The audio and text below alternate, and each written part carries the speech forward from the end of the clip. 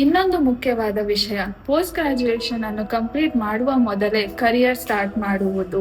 ಇಲ್ಲಿ ಸ್ಟೂಡೆಂಟ್ಸ್ಗೆ JP Morgan, state street, ಸಿಡ್ಕೋ ಸೇರಿದಂತೆ ಹಲವು ರೆಪ್ಯೂಟೆಡ್ ಎಂಎನ್ಸಿಗಳಲ್ಲಿ ಆಪರ್ಚುನಿಟೀಸ್ ಸಿಗುತ್ತಿವೆ. ನನಗೆ ಬೇಗ ಜಾಬ್ ಸಿಗುವುದು ಇನ್ನೂ ಹೆಚ್ಚು ಅವಶ್ಯಕತೆ ಆಗಿತ್ತು, ಏಕೆಂದರೆ ಗ್ರಾಜ್ಯುಯೇಷನ್ ನಂತರ ನನಗೆ ಒಂದು ಕೆರಿಯರ್ ಗ್ಯಾಪ್ ಇತ್ತು. ಆದಷ್ಟು ಬೇಗ ಮತ್ತೆ ಕರಿಯರ್ ಟ್ರ್ಯಾಕ್ಗೆ ಬರಬೇಕು ಅನ್ನೋದು ನನ್ನ ಗೋಲ್ ಸಹ ಆಗಿತ್ತು. ಹಾಗಾಗಿ UBS ಸೇರಿದ ಸುಮಾರು 6 ತಿಂಗಳಲ್ಲೇ ನನಗೆ ಒಂದು ರೆಪ್ಯೂಟೆಡ್ ಕಂಪನಿಯಲ್ಲಿ ಇಂಟರ್ನ್ಶಿಪ್ ಸಿಕ್ಕಿತ್ತು ಮತ್ತು ನಾನು ಅರ್ನಿಂಗ್ ಅನ್ನು ಸ್ಟಾರ್ಟ್ ಮಾಡಿದೆ. 1 ವರ್ಷದಲ್ಲಿ ಎಕ್ಸ್ಪೀರಿಯನ್ಸ್ ಪಡೆದ ನಂತರ ಅದೇ ಕಂಪನಿಯಲ್ಲಿ ನನಗೆ ಪರ್ಮನೆಂಟ್ ರೋಲ್ ಕೂಡ ಆಗಿದೆ. ಇವತ್ತು ನಾನು ಹಿಂತಿರುಗಿ ನೋಡಿದಾಗ ನನಗೆ ಒಂದು ವಿಷಯ ತುಂಬಾ ಕ್ಲಿಯರ್ ಆಗಿದೆ.